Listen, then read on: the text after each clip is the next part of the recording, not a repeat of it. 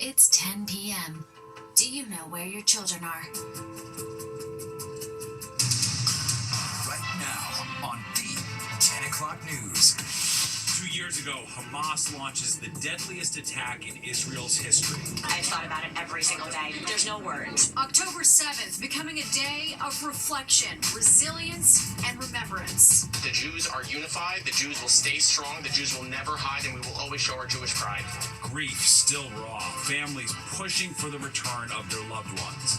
Couldn't have imagined in my worst nightmares that we'd still be in this position 2 years later. But with heartbreak, there is hope.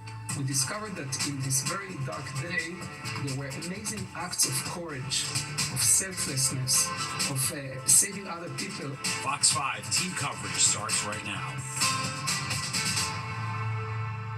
Welcome to the 10 o'clock news. I'm Steve Lacey. And I'm Natasha Verma. This somber day coinciding with a moment of hope as negotiators are working to finalize a peace deal to free all hostages, dead and alive, ending the war in Gaza. All right, Arthur Chen standing by with a look at commemoration events, but Sharon Corley kicks off our team coverage tonight. Sharon. Steve and Natasha, two things happening at once tonight. A fragile peace deal is being worked on to end the war in Gaza, plus families here and in Israel remember those who died in the surprise Hamas attack on October 7th.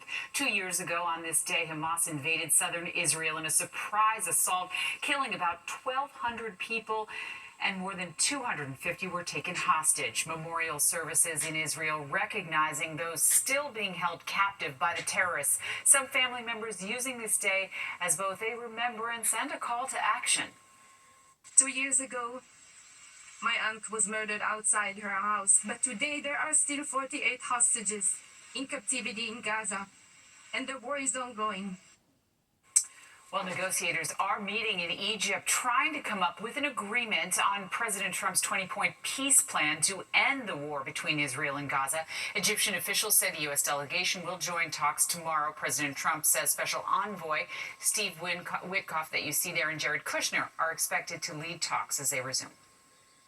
I think there's a possibility that we could have peace in the Middle East. It's something even beyond the Gaza situation. We want a release of the hostages immediately, etc. And so our team is over there now.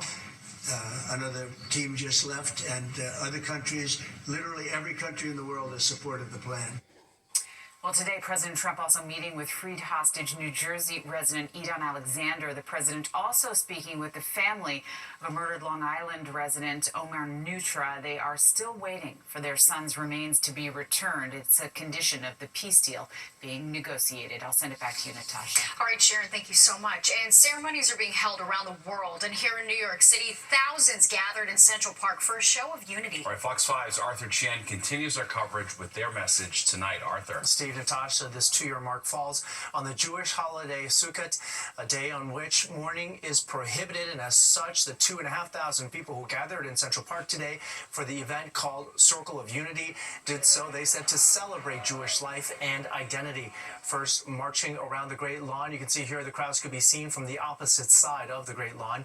People held up posters with the faces of those still being held hostage, and before and after the march, they prayed, sang, and dancing. They were mindful that they were dancing for those who could not be there. We talked to participants to get a sense of their emotions on this day, and we begin with Holocaust survivor Sammy Steigman, who Fox 5 has previously featured. I'm very happy to see a fairly large group of people that came here. It's been 2 horrific years for us all over the world, and we're still just praying for hostages, hoping to get them back, the ones that are alive, the bodies that are being held. As you can see there on the minds of everyone we spoke with are the hostages still being held in Gaza with the ongoing talks in Egypt that Sharon just talked about. And given how previous deals have collapsed, there wasn't much optimism out there, but there is still hope that they will soon be released. Guys. Very well. All right, thanks, Arthur. And stay with Fox 5 to mark 2 years since the October 7th attacks. Coming up at 10:30, we're hearing from a Long Island couple who lost their son that day. Police are looking for the suspect who attacked and killed a man at a subway station in Brooklyn. It happened this afternoon at the J Street station. Police were called to help an adult male who was unconscious and unresponsive with body trauma. He was rushed to the hospital in critical condition but later died. There are no arrests, but police released an image of the person that they want to question about this incident. Police say he was last seen boarding a Bronx-bound 2 train at the Hoyt Street station. If you recognize this person in these pictures, you're being asked to call Crime Stoppers. And a shooting rattles a neighborhood in Queens. The victim, a 16-year-old boy. All right, that teen is in stable condition, but those in the area tell our Jessica Formoso that they have never seen a crime like this unfold in the community. Steve and Natasha, it all began here on Springfield Boulevard and Union Turnpike. Surveillance video shows a group of teenagers fighting. Police say one of the teens was shot in the chest. You see that teenager going across the street to the gas station only to come back across looking for help. Take a look at this surveillance video obtained by Fox 5. Police say the shooting happening just after 2:45 p.m. You see an MTA bus approaching the bus stop. A bunch of teenagers get off. You also see another group of teenagers coming up the block, heading towards the intersection of Springfield Boulevard and Union Turnpike. A fight breaks out, the scuffle lasting a few seconds. One of the teens is shoved to the ground, and then gunshots. Everyone who was there at the time starts to run in different directions, including the victim, who goes across the street to the gas station. He is then seen coming back across where a group of teens tried to help him. Police say the 16-year-old was shot in the chest. He was conscious and alert when transported to the hospital. Tonight, authorities say he is in stable condition. The NYPD believes the suspect was among the crowd of teenagers. Now, this area here is filled with businesses. Many business owners heard the gunshot. They say when school is let out, things get chaotic with teens fighting, but that's the extent of it. They've never witnessed anyone getting shot in this neighborhood. It was just a loud one shot, and kids started screaming, running around. Seriously, I'm scared. Yeah, when I heard the gunshot, I'm scared because there could be probably anyone. It's a beautiful neighborhood. Don't get me wrong, when the kids come out, it gets a little hectic. But for the most part, this is a beautiful neighborhood, great neighborhood, and, you know, it's sad to see this is happening out here. And the suspect, police say, fled the scene. Anyone with information is asked to call Crime Stoppers. That number is 1-800-577-TIPS. In Hollis Hills, I'm Jessica Formoso, Fox 5 News. As the government shutdown drags into a 7th day, President Trump warning furloughed federal workers might not end up getting paid once it's over. That pronouncement is seen by many in Washington as a way to put pressure on Democrats to reach an agreement, a law signed by Trump after the shutdown. In 2019, insured furloughed workers get back pay following a shutdown, but the administration is now saying it will be up to Congress to provide the funding. For now, Congress remains at a stalemate with both sides unwilling to budge. Democrats are demanding health care funding to prevent a lapse in federal subsidies that could send insurance rates skyrocketing. Republicans say they will only consider the issue once the government is reopened. Attorney General Pam Bondi grilled on Capitol Hill today. The Senate Judiciary Committee questioned her on several topics, including deploying the National Guard to U.S. cities and accusations that she's weaponizing the DOJ. But she pointed the finger back at the Biden administration, saying the 2 criminal cases brought against Trump were political. Democratic lawmakers also grilled Bondi on her handling of files related to Jeffrey Epstein. Well, the AL Division Series returns to the Bronx, and it is do or die tonight for the Yankees. That's right. The Bombers must win tonight to force a Game 4. We are live outside the stadium where fans are feeling anxious. And Saul Zavar has died at 97. How the longtime grocer and New York City legend is being remembered. Plus, rain is on the way. Nick is tracking the changes. Hey, Nick. Hello there. We're watching those showers now, marching across Pennsylvania and just about to clip the northern edge of New Jersey. Hopefully they'll hold off so the Yankees can get the game in tonight, but those showers are the leading edge of cooler air, and I'll tell you about it when the 10 o'clock news returns.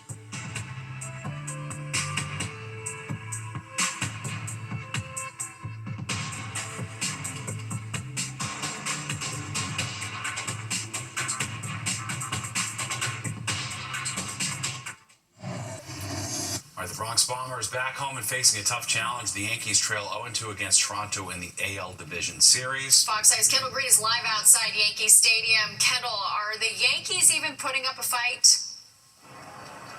they're doing more than putting up a fight. We came here talking about how they just wanted to compete against the Toronto Blue Jays, and right now the score is tied 6-6.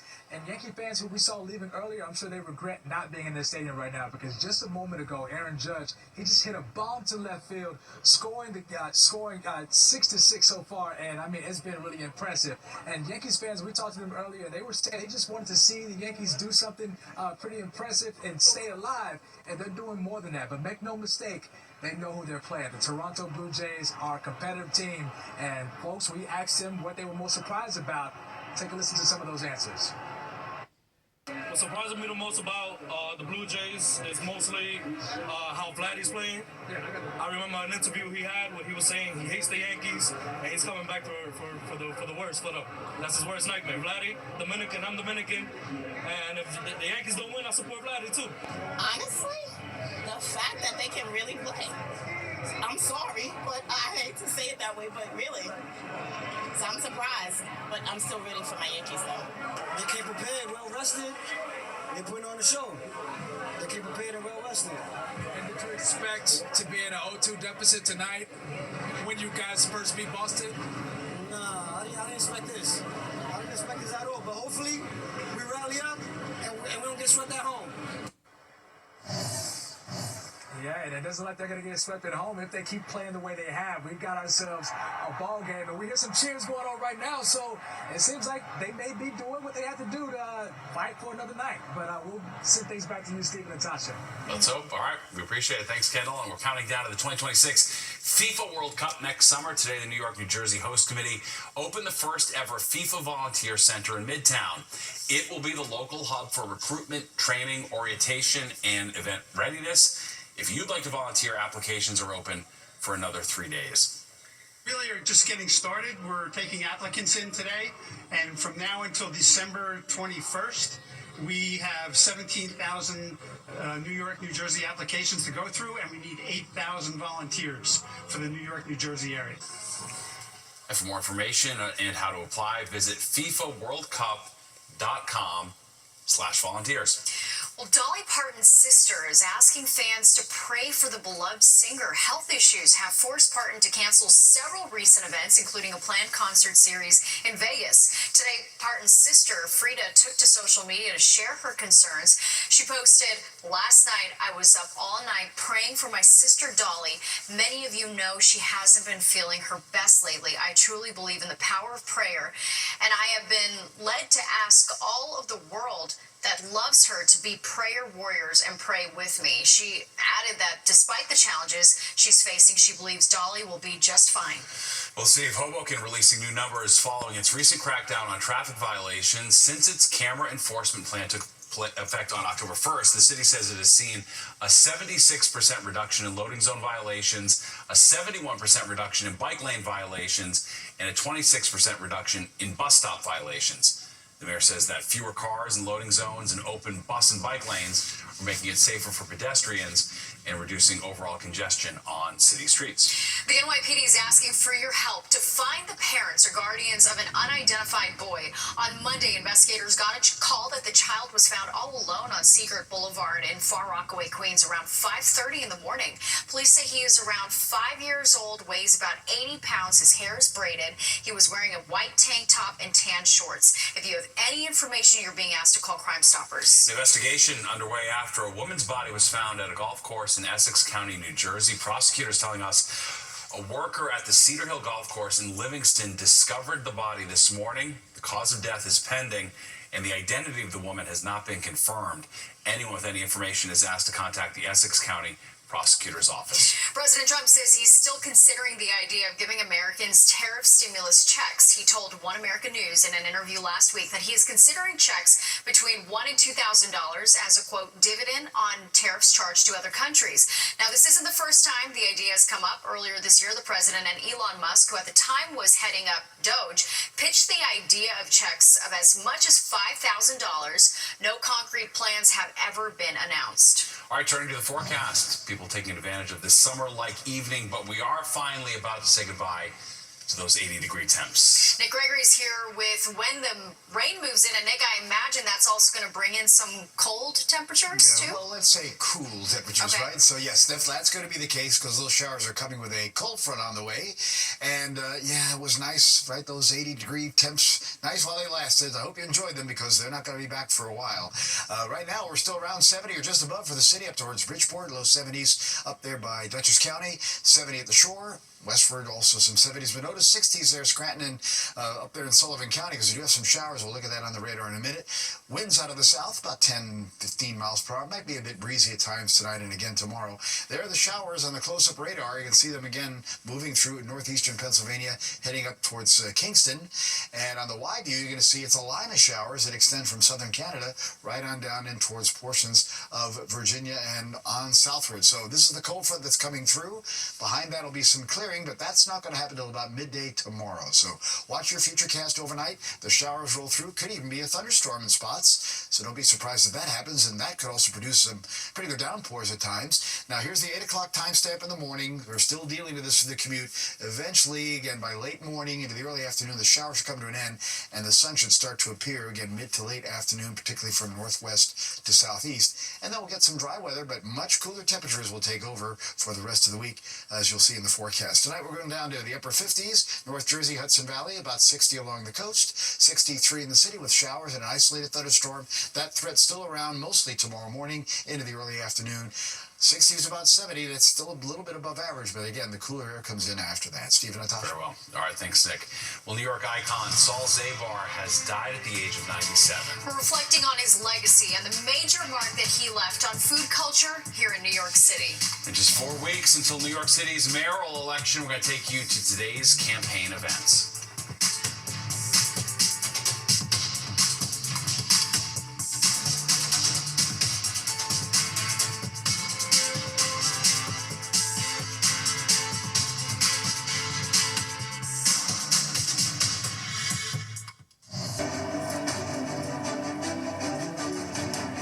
In just 4 weeks, New York City voters will cast their ballots in the race for mayor. And today, former Governor Andrew Cuomo facing questions over his position on bail reform laws. And Republican candidate Curtis Sliwa lands an endorsement from a former mayor. Fox 5's Morgan Mackay has the news from the campaign trail.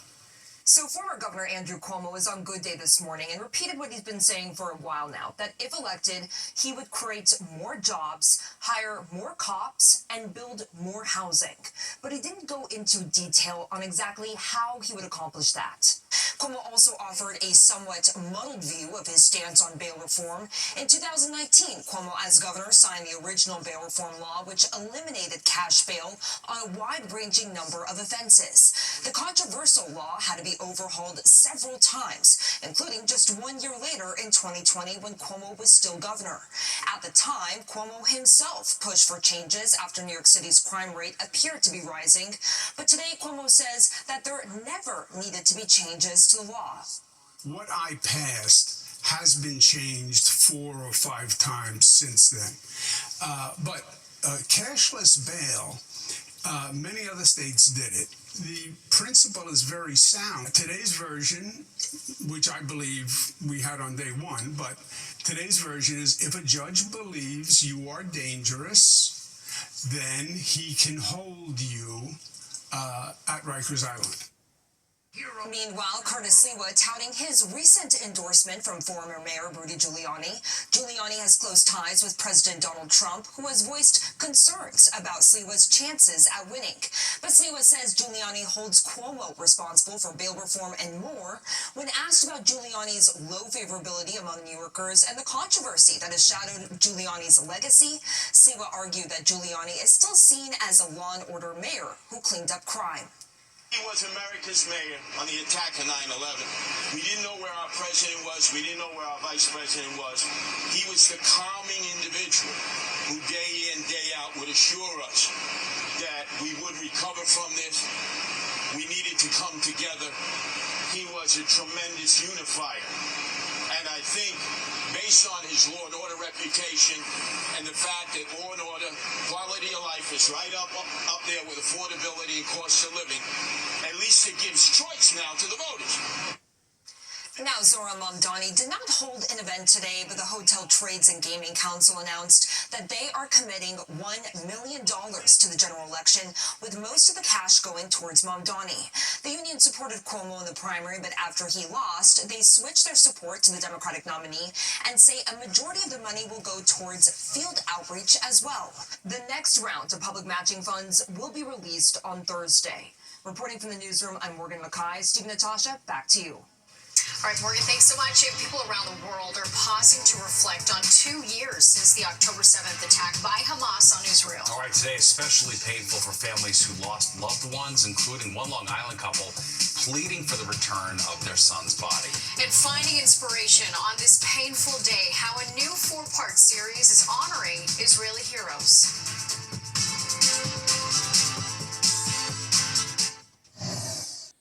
You're watching the 10 o'clock news. The world is marking 2 years since the Hamas October 7th attack on Israel. Through the trauma and pain, 2 filmmakers are showcasing the heroes who saved lives.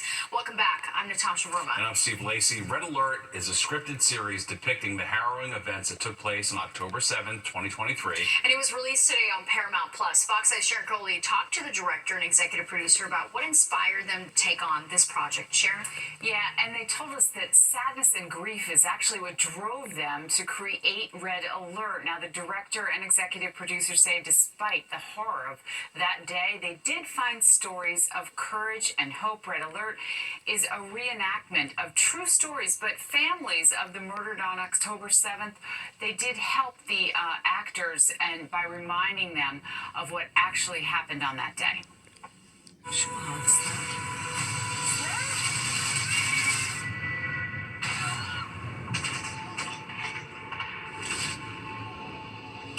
Well, you hear actors speaking in Hebrew as Red Alert opens with fear and drama as Hamas executes a surprise attack invading southern Israel. Now, the assault catching Israeli soldiers and civilians off guard.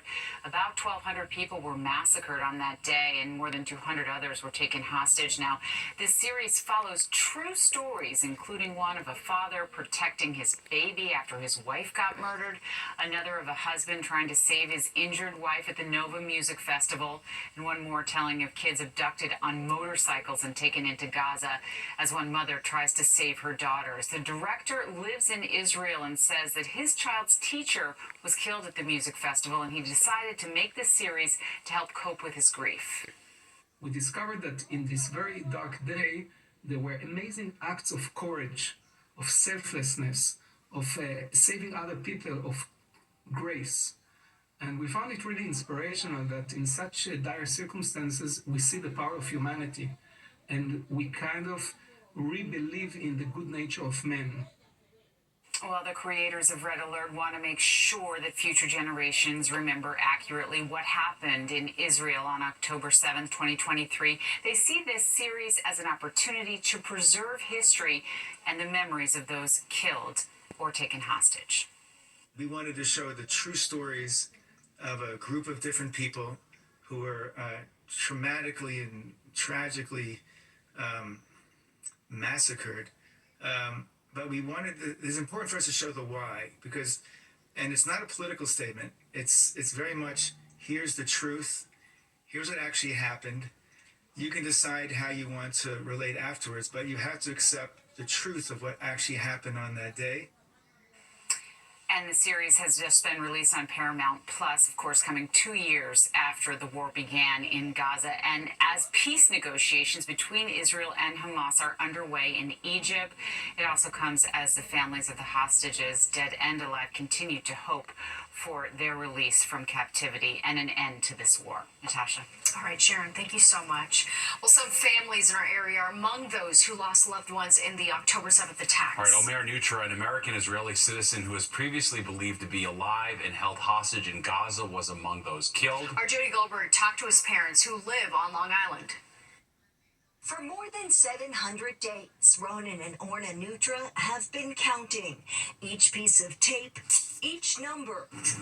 Another day without their son Omer. I couldn't have imagined in my worst nightmares that we'd still be in this position 2 years later. They went from private parents to public advocates overnight, making sure the world knew their son Omer, a tank commander in the IDF, was being held hostage by Hamas in Gaza. They were just there a month to defend the border, not knowing that the attack on Israel will be the biggest in its history. We would speak almost every day, and he had just come back to the base, and he said, Mom, things have calmed down. We're expecting a quiet holiday, completely casual call, and we were like, okay, talk tomorrow. For 421 days, they held on to hope that he was still alive. For 14 months, you're in this fight. Until the devastating news Omer was among those killed on October 7th, the deadliest day for Jews since the Holocaust. On December 1st, 2024, the intelligence received new information that dated back to October 7th.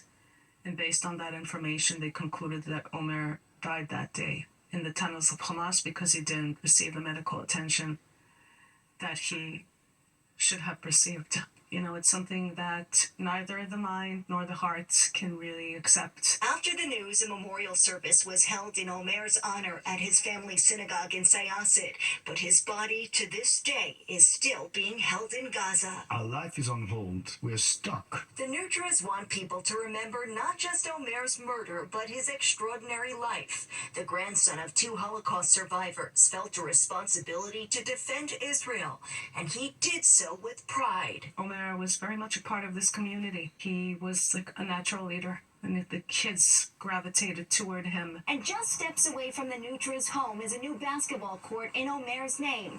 It's the game he loved in his hometown. The only thing missing is him. This is where I taught him how to bike on this court. That's where we shot the first hoops. It's just so symbolic that now we see his name there. The family plans to keep wearing Omer's face on their shirts. They call it their uniform in what feels like a never-ending fight.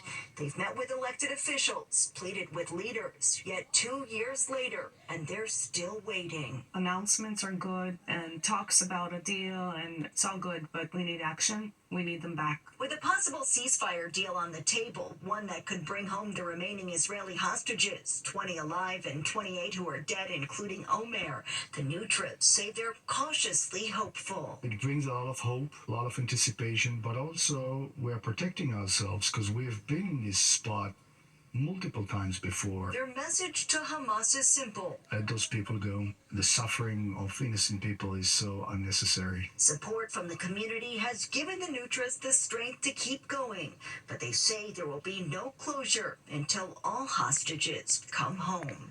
On Long Island, Jody Goldberg, Fox 5 News. And stay with Fox 5 for more coverage marking 2 years since the October 7th attacks, both on air and on the Fox local app. Well, Saul Zabar, a New York City icon, has died. All right, he was the food czar of the Upper West Side, leading the Emporium, bearing his name to massive success. We're going to reflect on his legacy next.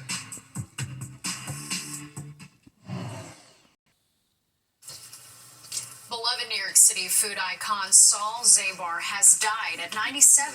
He turned Zabar's on the Upper West Side into a food institution featuring the best smoked fish, assortment of cheese, and freshly roasted coffee. All right, Fox 5's Linda Schmidt joins us live in studio with a look back on his life. It was a remarkable one. It really was a life well lived. And today is a sad day, but look at the legacy that he leaves behind. I mean, you guys have done a story there. We're going to talk about that in just a few minutes, but you walk into that story and you feel like you're part of the family. One thing is for certain, Saul Zabar is going to be deeply missed. It's a special place, and you can tell the legacy is strong. An outpouring of love, gratitude, and condolences for the Zabar family from customers, generations of families who shop here. Co-owner Saul Zabar died today. In June, he celebrated his 97th birthday. Saul had been a fixture at the family's iconic gourmet store on the Upper West Side for 75 years. It's better than going to a museum. You're going someplace where you can, bring home some beautiful, cultural, historical, and delicious food. The Zabar story is a New York story. Saul's parents founded the store in 1934. After the death of his father, Saul and his brother Stanley took over the business, growing it into one of the city's most famous gourmet food institutions.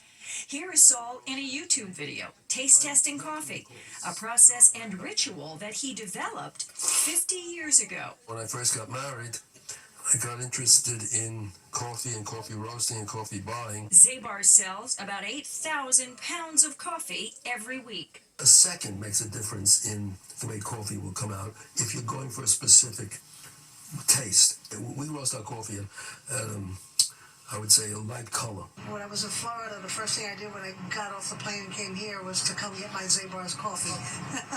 Zabar's helped transform the food shopping experience, starting with 5 small shops and expanding to its current location at Broadway and 80th Street. Now, here in this report on Fox 5 News, back in 1992, Saul is giving one of his employees a check for his retirement after 50 years of service. That's a check for $5,000 for your retirement. If I wasn't ashamed, I was going to cry. Saul was one of the most beloved people I know. I can't stress enough how thankful the Zabar family is for the outpouring of support that we've been getting.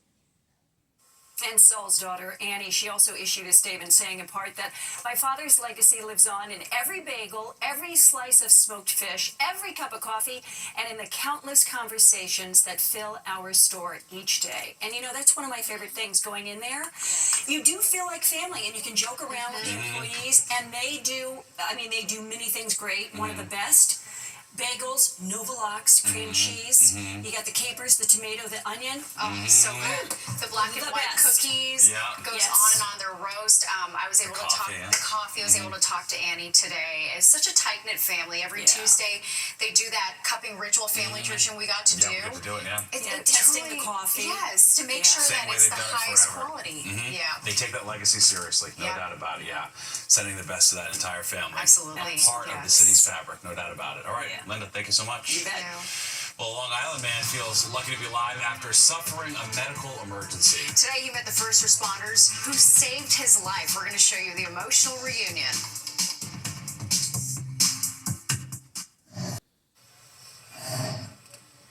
A Long Island man feeling thankful tonight. He suffered a near tragic medical emergency last month. And today he got to meet the first responders who saved his life. Fox 5's Jody Goldberg was there for the reunion.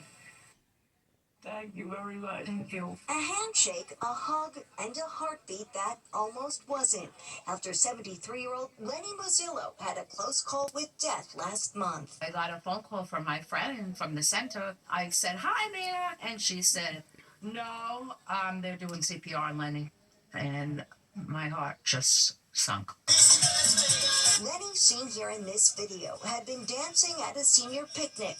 Moments later, an aide found him unresponsive. Eating a hamburger, a hot dog, dancing. I just noticed that he wasn't dancing anymore. I couldn't find him, so I went back to the table to see where he was, and that's when I found him passed out. I got extra in my car. Body camera video from the Suffolk County Sheriff's Office captured what happened next. As soon as myself and Officer Higgins got there, color already was drained from his space. We knew time was of the essence. Almost 10 minutes, no pulse, but with nonstop CPR and a shock from an AED, Lenny's heart started beating again. I woke up in the ambulance, so glad they were there. You never know when you need your training until you actually need it. It happened on a day similar to this one, bright and sunny. At first, those around him thought it was heat stroke, but when Lenny didn't wake up, they realized it was something far worse. I just remember me acting on what I was trained to do. For someone to be down that long just goes to show you that if you keep that blood flowing, that you buy enough time. Lenny was rushed to the hospital where he underwent quadruple bypass surgery.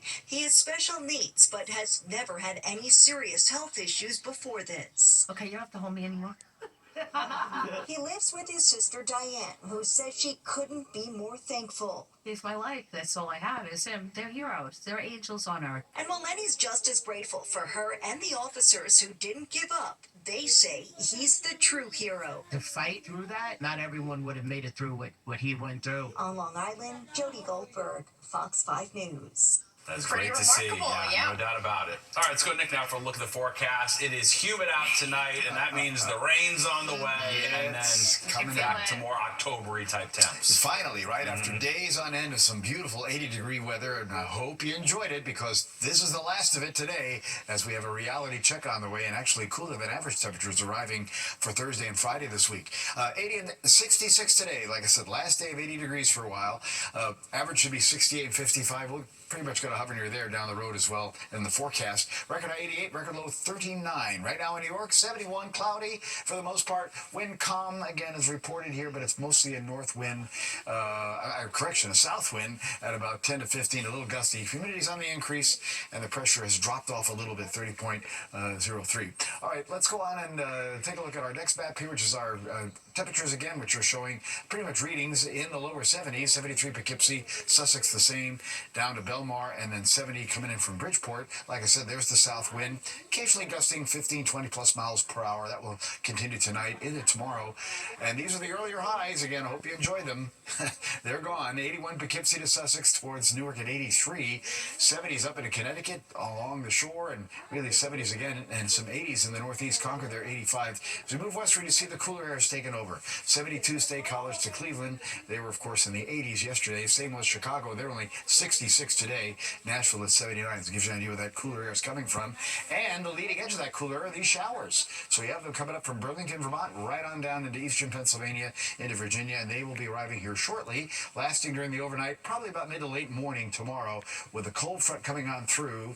Again, there's another one behind it. That will sort of really be the kicker, as that cooler air comes in behind that second front and takes over in the forecast. So overnight, Futurecast shows temperatures kind of stay in the upper 50s to the middle 60s. Again, the showers come through. Could be a couple thunderstorms even as you get out the door first part of tomorrow morning. Here's the 8 o'clock timestamp.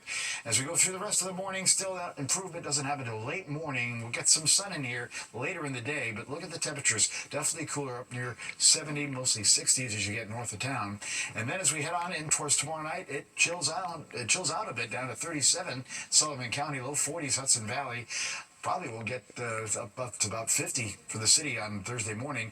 And then during the day on Thursday, only about 60 for the high, 61, something like that. And then again to the 50s, north and west. All right, weekend lows. Well, two computer models. This is the American Global Forecast model. That brings up a pretty strong coastal nor'easter to bring some heavy rain, strong wind, coastal flooding, potentially, if this one materializes.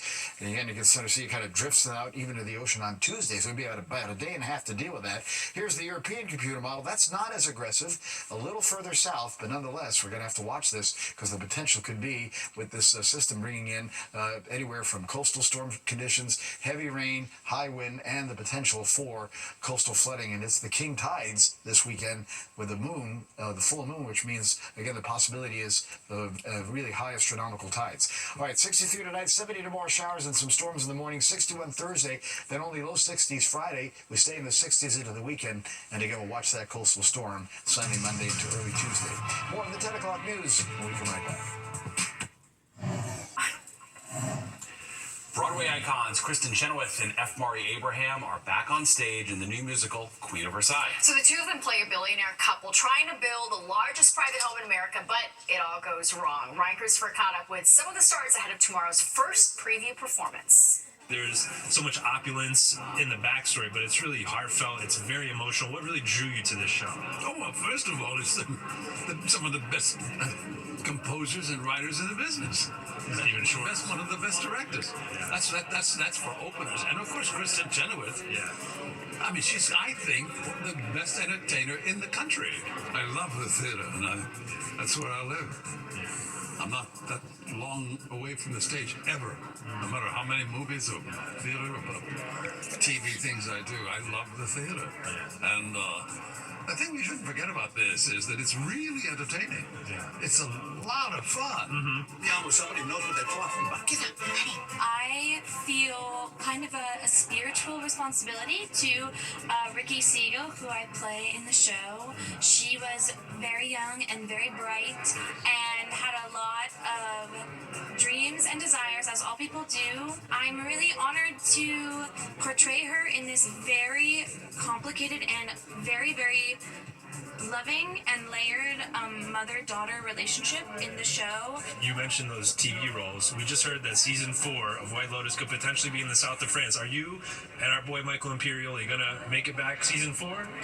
He and I and his wife, we've become a trio of really important friends. Yeah. But if Mike White asks me to do anything, I jump at the chance. He's that kind of a man. We love that answer. Oh, he's really special. I think your season was my favorite. I loved it. Me too. Don't tell the other guys, all right? Mike White, also, if you want me to do anything too, I jump at the chance. They're available as a pair, okay? Just saying. I can't wait for that. South of France. That's going to be a good one. Top last season. All right, well, there's more of the 10 o'clock news straight ahead. We'll be right back. The New York Institute for Special Education hosting its annual Blind Baseball Clinic today. Blind baseball is a fast-paced, adaptive version of America's pastime designed for athletes with low vision. The ball emits a steady beep, bases buzz to guide runners, and fielders rely on sound and spatial awareness to track the ball. It's pretty incredible how they can play. That's amazing. All right, final check on the weather now, and some changes on the way overnight, Nikki. Yeah, we got showers coming in, and temperatures still pretty mild overnight for this time of the year. Upper 50s, northern suburbs about 60 at the coast. Could even be a little thunderstorm rolling through, maybe some local heavy downpours of that. That threat's still around till about mid to late morning. Eventually, some sun comes in tomorrow afternoon, about 70. Then we get cool. Only low 60s Thursday and Friday, a little windy on Thursday. 40s for overnight lows, 68 Saturday, and we watch potentially for a coastal storm starting Sunday, which could last into early Tuesday. We'll see. Very well. All right, thanks, Nick. Don't go anywhere. Battleground NYC, the fight for your vote, is next at 11 with host S.E. Cup. And then stick around for Good Night New York with Crystal Young and Ryan Christopher at 11:30. All right, that does it for us tonight. If you missed any part of the 10 o'clock news, you can always catch an encore on our free streaming app, Fox Local. Where you can stream our newscasts anytime. Have a great night. We'll see you tomorrow.